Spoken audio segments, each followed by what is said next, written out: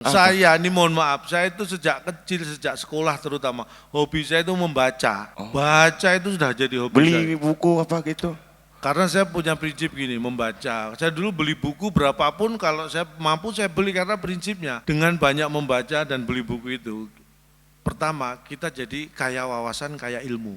Betul. Betul, itu pertama.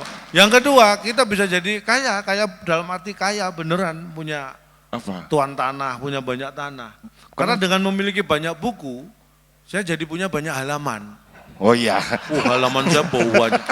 Halaman. Tuan tanah. Bapak halamannya luas ya. Halaman saya jadi luas, banyak. Karena satu buku aja halamannya ada 50 lebih.